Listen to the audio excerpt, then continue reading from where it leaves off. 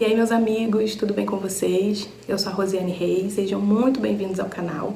E hoje eu quero trazer uma mensagem de esperança, mas também de novos recomeços para o seu coração. E eu quero começar te fazendo uma pergunta ou até mesmo uma reflexão. Quem nunca tomou escolhas na sua vida da qual se arrependeu?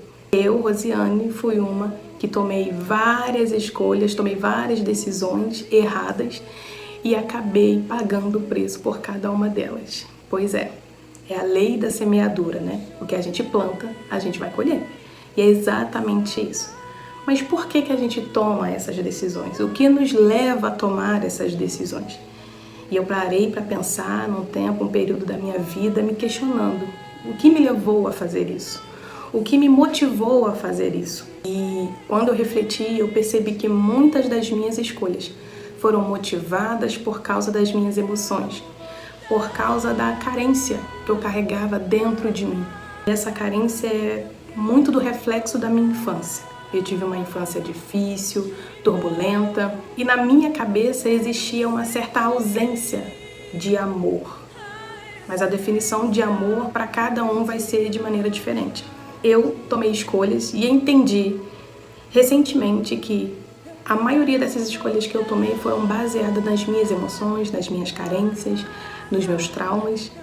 E muitos deles eu nunca consultei a Deus se eu deveria ou não deveria fazer. Eu apenas me deixei levar. E isso acontece muito com a gente, né?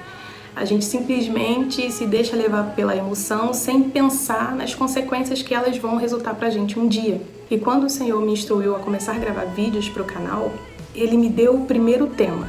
Ele disse: a mensagem do seu primeiro vídeo vai ser voltando pra casa. E aí eu lembro que eu fiquei pensando vários dias, voltando pra casa, meu Deus, o que eu vou falar sobre esse tema voltando pra casa? Aí depois de muitos dias eu perguntando pra Deus, o Espírito de Deus falou pra mim: olha pra sua história, olha pro seu processo. E quando o Espírito Santo de Deus falou ao meu coração, olha pro seu processo, automaticamente ele também me levou no Evangelho de Lucas, capítulo 15, a partir do verso 11, que vai contar a história do filho pródigo. E aí eu parei, eu pensei, eu falei, meu Deus, eu fui literalmente uma filha pródiga. Quando eu completei meus 18 anos, ia completar meus 18, 17 para 18, eu estava já muito cansada da pegada da minha infância. E eu sempre fui uma menina sonhadora, com objetivo. E o fato da minha infância ser muito difícil, aquilo me dava um anseio e uma garra para mudar minha história. Eu tinha essa necessidade. Porque quando a gente era pequena, a gente ouviu muita coisa, viu muita coisa, presenciou muita coisa. E eu fui o tipo de pessoa que armazenei tudo isso, infelizmente. E ao longo dos anos isso tudo foi me adoecendo. E eu criei dentro da minha cabeça que eu precisaria crescer o quanto antes, arrumar um emprego, me formar, fazer uma faculdade e provar para essas pessoas que eu daria certo, que as minhas irmãs dariam certo. Mas é claro que a gente não faz nada pela força do braço. Mas eu era uma adolescente e a gente sabe que a adolescente não tem maturidade suficiente para lidar com as situações da vida. Eu nem conhecia o que era a vida até começar a experimentar desse processo difícil. E aí, eu já cansada da rotina, das situações que vinham acontecendo na minha casa, no meio dos meus, surgiu uma proposta de eu voltar a morar com uma família que eu já tinha morado na minha infância. E a proposta foi muito interessante, porque eu pararia de trabalhar e eu focaria somente nos estudos e correria atrás, de fato, do meu futuro, ou seja, algo que eu já tinha planejado dentro da minha cabeça. E eu lembro que eu pensei muito sobre essa proposta, eu fiquei muito balançada, mas ao mesmo tempo eu ficava com receio de abandonar minha casa, minha mãe, os meus irmãos. Mas acabou que eu deixei falar mais alto a necessidade, o desejo de mudança de vida, né? E aí então eu decidi sair de casa, contei pra minha mãe que gostaria de voltar para este lar. E ali eu comecei somente a estudar, a focar naquilo que eu realmente queria, mas no meio do percurso eu comecei a me perder. Porque ali eu encontrei uma certa liberdade que eu nunca tinha tido. E aí liberdade, para quem não tem maturidade, é a mesma coisa que morte. E aí eu comecei a viver uma certa liberdade que eu não tinha. Liberdade que eu digo assim, é de sair com amigos, de ficar até um certo horário na rua, de poder experimentar outras coisas, porque o meu lar é um lar muito cheio de regras, muito cheio de padrões. Então aquele lar bem assim rígido. Hoje eu entendo que aquilo tudo, aquela forma de criação, era para preservar a mim e as minhas irmãs do mundo. Mas quando você é jovem, você não pensa nisso. Na verdade, quando a gente é jovem, tem um desejo tão grande dentro da gente de que a gente quer viver, quer experimentar, quer conhecer. Só que a gente não sabe como o mundo é. E minha mãe biológica dizia muito uma frase que eu nunca esqueci. Ela dizia assim, citava o nome da minha irmã, dizia assim: o mundo é mau, o mundo é mau. E a gente ria, caía de risos sobre essa frase que a minha mãe dizia, mas não tinha consciência do peso dessa frase. E aí eu fui para essa casa, as coisas foram mudando, eu fui mudando o meu jeito, fui mudando minhas vestes, né? Eu fui ficando mais apresentável, digamos assim. Tive uma liberdade, como eu disse para vocês, da qual eu nunca tive em casa. Só que chegou um certo ponto que eu não soube lidar com essa liberdade. E, querendo ou não, gente, não adianta comparar, porque qualquer lugar que você vá nunca vai ser igual à sua casa. Por mais difícil que seja, nenhum lugar de fora vai se comparar ao seu lugar de origem. Então foi chegando um tempo que para mim foi ficando um pouco complicado. E aí eu tentava me refugiar em algumas situações. E aí, aquela fase de adolescente, de namoro, de meninos, né? Vai ali despertando desejos em você, certos refúgios. E eu fui me entregando a isso. E conforme eu fui me entregando a esses desejos, eu nem percebi que eu já estava me perdendo num nível que eu estava ficando distante de Deus. E aí, infelizmente, eu fui ali vivendo esses processos, me entregando emocionalmente. E quanto mais eu fui me entregando emocionalmente, eu fui me machucando cada vez mais. Fui criando mais traumas, mais desilusões. E eu fui adoecendo. Chegou um tempo que eu me arrependia. Eu sentia o sentimento de arrependimento, a tal ponto que eu sentia saudade das regras da minha mãe. Saudade de casa e saudade das regras da minha mãe. Porque eu entendi que eu não sabia lidar com aquela liberdade. Eu não estava pronta para lidar com aquela liberdade. E a Rosiane foi simplesmente perdendo seu brilho. Uma menina sonhadora, cativante, brincalhona. E aí, por causa dessas carências, eu fui caindo em ciladas. Eu fui me envolvendo em situações que foram me causando certa má fama aos olhos das pessoas. Porque as pessoas de fora não se importam com o teu coração e nem o que de fato é verdade. Elas se importam com aquilo que elas acham que vem e acham que é verdade. Mas só Deus sabe o que é verdade, o que de fato procede. Eu lembro que chegou um tempo que pra mim estava insustentável e eu sentia muita saudade de casa, mas eu não tinha coragem de pedir pra voltar, porque eu achava que tinha machucado muito a minha mãe. E a minha mãe sofreu muito quando eu saí de casa. E eu achei que aquela minha atitude eu deveria honrar. E eu cheguei a pensar por várias vezes que a minha única saída seria casando. Sendo que eu tinha um caminho de volta. Eu tinha uma opção. Mas eu decidi, por causa do meu orgulho, me manter até o final. E aí Deus, por conhecer o nosso coração, a nossa angústia, o nosso desejo de voltar, mesmo sem força, mesmo sem ânimo. Um dia eu fui para a casa da minha mãe, visitar minhas irmãs. E lá, quando eu chegava lá, eu tentava disfarçar tudo diferente, mudava. Colocava no modo Rosiane alegre e divertida, mas mãe que é mãe, sabe como o filho está. O filho pode estar mais distante possível, mas uma mãe que conhece o seu filho sabe quando ele está bem, quando ele não está. E a minha mãe me chamou nesse dia e disse assim: minha filha, senta aqui. E se eu não me engano, foi a primeira vez que minha mãe fez isso comigo. Mandou eu colocar minha cabeça no colo dela e começou a alisar os meus cabelos. Esse cuidado ficou tão marcado na minha vida porque uma senhora que criava essas crianças, uma vida tão corrida, tão turbulenta, tão difícil, ela não tinha tempo para distribuir amor. Ela não tinha isso. Então eu cresci com muita carência de amor. E a minha mãe fez isso. Colocou minha cabeça no colo dela, começou a alisar os meus cabelos e disse para mim assim: você tá bem? Eu disse: tô bem. Claro que eu tô bem, mãe. Tem certeza? Eu disse, tô, mãe, eu tô bem. Tentando manter ali a minha pose, meu orgulho, mas doida pra dizer, mãe, me perdoa, eu não tô bem. Me deixa eu voltar, por favor, me aceita de novo. Minha vontade dentro de mim era fazer isso. Mas eu não conseguia por causa do orgulho. Eu achava que se eu fiz o errado, eu tinha que manter até o final isso. Ignorância minha, mas também é seta do maligno, para fazer com que eu não conseguisse voltar, tomar um novo caminho. E aí, a minha mãe, falando ali, alisando os meus cabelos, ela simplesmente disse pra mim, filha, se você quiser voltar pra casa, você pode voltar. Eu lembro que começou a sair lágrimas dos meus olhos, eu não disse uma palavra, nada naquele dia. Mas aquela frase foi libertadora pra mim. A minha mãe falou tudo que eu queria ouvir. Minha mãe falou aquilo que eu precisava pedir, mas não tive coragem para fazer. Mas a minha mãe disse, se você quiser voltar, volta. Ela disse o que eu precisava ouvir, me dando validação, me aceitando de volta, mesmo depois de tudo que eu tinha feito com ela. E aí eu não falei nada naquele dia, eu lembro que eu só chorei. E depois daquele momento, voltei com as minhas irmãs e aí eu fui para casa. Mas quando voltei, eu senti que eu voltei diferente. Eu já voltei com uma mentalidade assim, eu vou voltar para casa. E agora como eu vou fazer para não magoar essa família que me amparou, me recebeu? Aí entra aqueles conflitos, né? Como que eu vou fazer? Como que eu vou fazer? Não passando muito tempo depois disso, minha mãe veio a falecer, eu acho que um período de um mês, minha mãe veio a falecer. E aquilo doeu demais, porque eu pensei, eu não consegui voltar para casa antes ela vir falecer.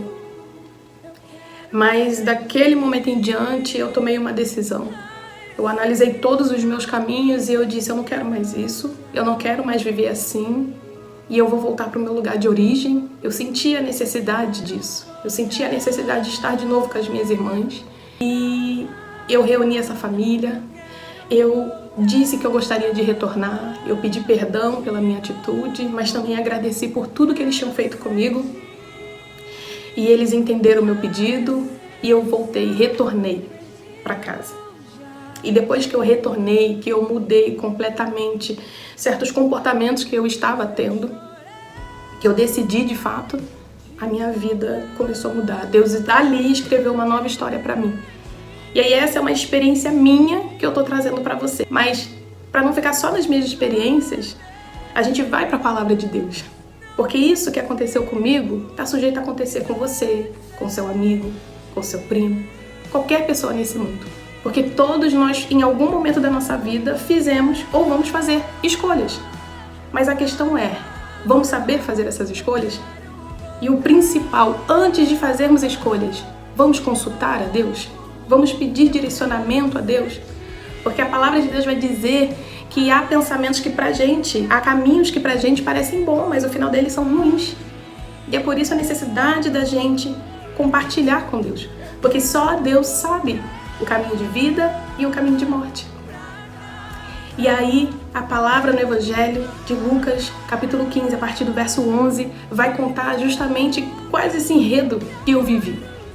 De um jovem que pede a herança para o seu pai, e aí esse pai reparte a herança para os 2 filhos, e o mais jovem, ele junta tudo, vai para uma terra bem distante, lá ele vive como ele quer, e ele peca, e ele faz tudo o que ele desejava, até chegar ao ponto dele gastar todo o dinheiro. E aí quando gasta todo o dinheiro, a palavra vai dizer que vai vir uma grande fome sobre toda aquela região. E aí esse jovem vai passar por fome, por necessidade, por período de escassez. E aí ele vai procurar alguém que possa ajudá-lo a saciar essa fome. Mas a palavra de Deus vai dizer que ele não vai conseguir saciar a fome.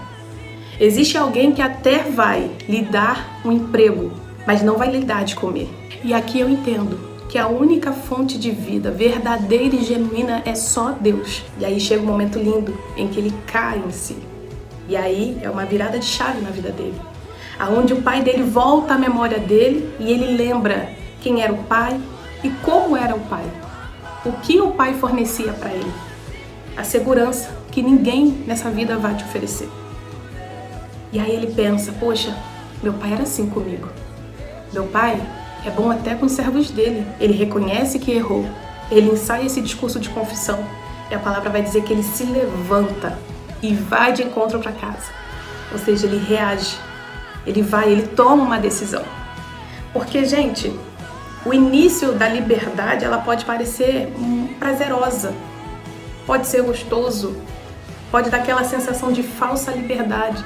Mas no fundo você está caindo em uma cilada de escravidão do pecado. Mas você não percebe isso. Você não enxerga dessa maneira. Até o tempo da fome chegar.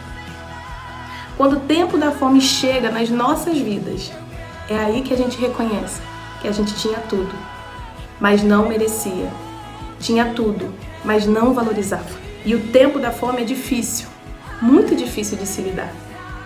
Porque o tempo da fome, os amigos somem, o dinheiro acaba, você se vê sozinho em situações, acha que não tem mais ninguém por você. E eu achei interessante nessa passagem que o jovem, eu fiquei pensando, eu falei, Deus, por que esse jovem, assim que o dinheiro acaba, não volta logo para casa?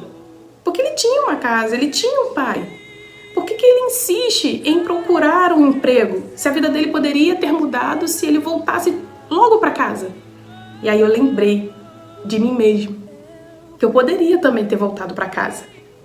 Mas o orgulho falou tão alto e tão forte dentro de mim, que eu achava que a solução para o meu problema seria casar. Não, é casando que eu saio e sustentar, né?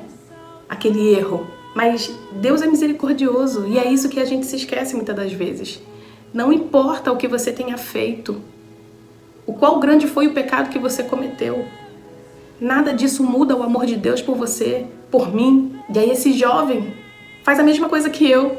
Eu creio que ele tenta sustentar o orgulho dele. Poxa, meu pai repartiu seus bens, me deu a herança e eu vou voltar agora na maior cara de pau?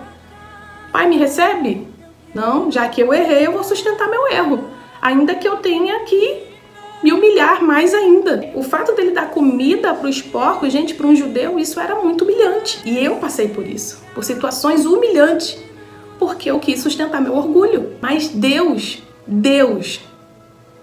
trouxe o tempo de fome para minha vida de tal modo que me fez reagir, me fez entender que a única fonte de vida era Ele e que o meu lugar de origem continuava de pé e que eu tinha livre acesso para voltar. E a parábola vai dizer a mesma coisa. Então, quando ele cai em si, que eu creio que é o Espírito Santo de Deus que lembra, olha, você tem casa, você sabe o caminho de volta, não precisa insistir, não precisa ter orgulho, só volta, eu te aceito de novo. E aí ele lembrou desse pai, ele se arrependeu, ele confessou, ele se levantou e voltou para casa. E aí a mensagem vai dizer que o pai o avista de longe e sai correndo até ele. Eu fiquei pensando, gente, que engraçado, o pai o avista, né? Mas como assim? Parece até que ele sabe que o filho vai voltar. Deus sabe. Deus te dá o livre acesso para você fazer suas escolhas. Mas o Senhor não te abandona e não desiste de você. Ele sabe que um tempo determinado vai chegar, onde você vai cair em si e vai voltar para casa. E quando esse dia chegar, Deus já está em posição, te esperando para ir de encontro com você. Foi assim comigo. E eu lembro que uma última campanha que eu fiz na minha antiga igreja, eu abri meu coração para Deus numa carta de propósito que a gente fazia.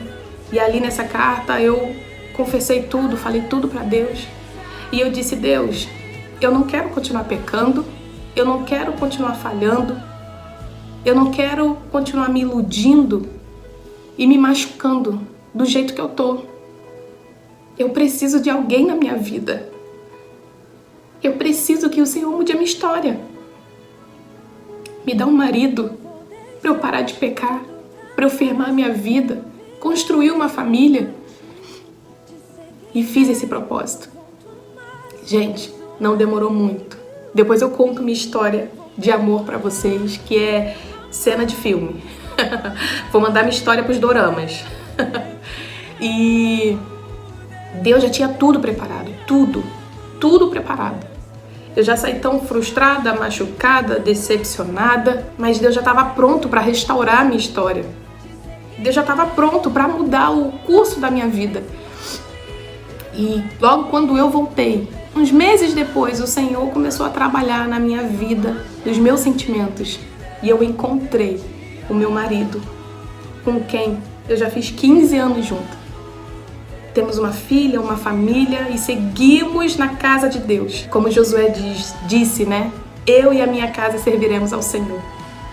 E hoje eu e minha casa estamos servindo ao Senhor. Deus me deu uma família. Deus me deu uma nova história. Deus me deu novas oportunidades. Mas por causa da minha decisão, por causa da minha postura, de decidir voltar. Mas não só voltar, mas abandonar tudo aquilo que eu tinha feito. Decidir não fazer mais, mas deixar Deus trabalhar na minha vida, mudar a minha história. Voltando para a mensagem, quando o filho volta, o pai o vê de longe porque já o esperava. E aí ele abraça o filho com muita alegria, com muito amor. Chama seus servos para que tragam vestes novas, seu anel, suas sandálias, porque chegou o dia de restaurar a sorte do seu filho, devolvendo sua identidade, devolvendo sua autoridade, dignidade, sua filiação. E não tem nada melhor do que ter a filiação restaurada. Você entendendo que existe um pai. Pode faltar todo mundo. Há muitos anos eu não tenho a presença da minha mãe, nunca nem conheci meu pai. Mas uma vez o Senhor disse à minha casa, aos meus irmãos, eu vou recolher a minha rosa, mas tudo que vocês precisarem podem me pedir.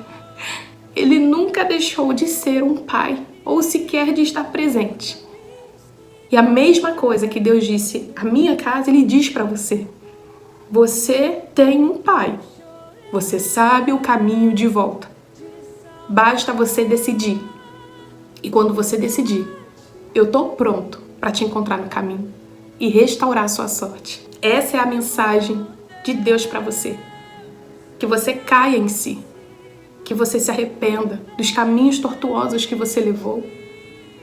Que você confesse e que você abandone todos eles. Porque a palavra de Deus vai dizer que aquele que confessa e abandona, ele alcança misericórdia. Eu alcancei misericórdia de Deus. E Deus tem feito grandes coisas na minha vida. Deus tem trabalhado no meu interior. Porque o meu percurso não foi fácil. Eu ainda venho vivendo consequências de tudo que eu plantei.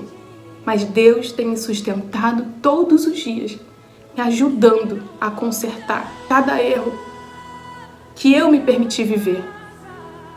E Deus também quer fazer assim na sua vida. Você só precisa se humilhar, abandonar a posição de orgulho, reconhecer que você precisa de Deus.